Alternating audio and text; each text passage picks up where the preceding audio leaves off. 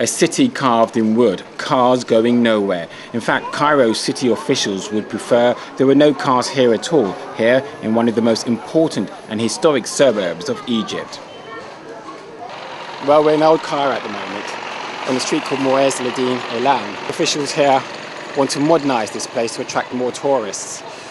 And the contention is that by stopping cars coming through, which is one of the problems for I suppose officials, that they're going to take away with the livelihood of some of the people that have been here for years.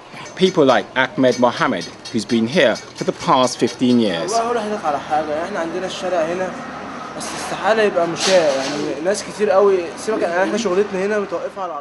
He's saying it's going to be a very difficult thing because a lot of the businesses here are dependent on cars to bring the supplies in, to take them out. A business like his services those cars, so he doesn't see the possibility of eliminating the entrance of cars into this area.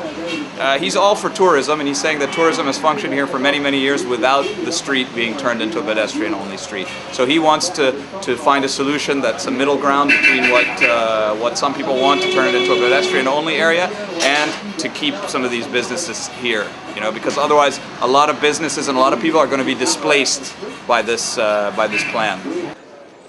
Cars have become as much a part of the fabric here today as the daily tea run, but as a government UNESCO co-report highlighted some 27 years ago, traffic is responsible for pollution and the degrading of buildings.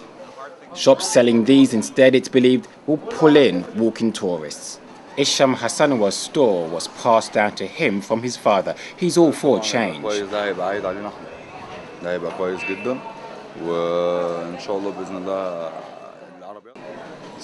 He said it's going to be a very good thing for the street because the cars and everything else were preventing people from seeing the actual antiquities on the street, and so it's going to be a good thing for the street as a whole. The old city is a treasure trail of ancient landmarks and monuments and some of Egypt's oldest mosques.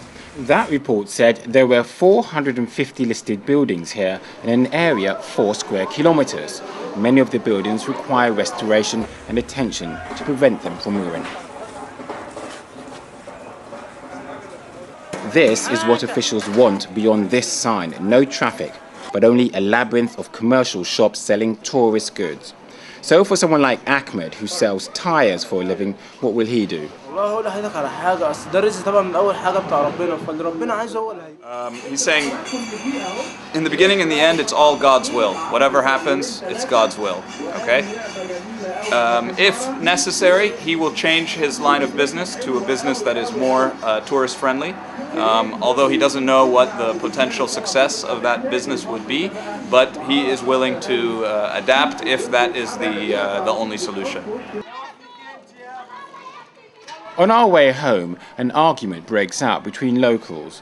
You can almost draw parallels between the sort of thing that might happen when officials finally give those shop owners their marching orders.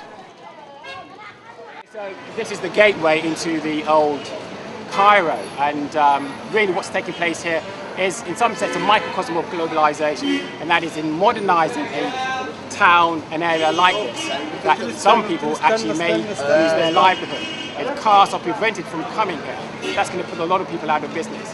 But in doing so, there are commercial as well as environmental issues to consider as well. And I guess this is going to be key to how Cairo is going to be developing for the future, and perhaps for the region and many other places around it. This is David Dunkley Gyimah for ViewMagazine.tv in Cairo.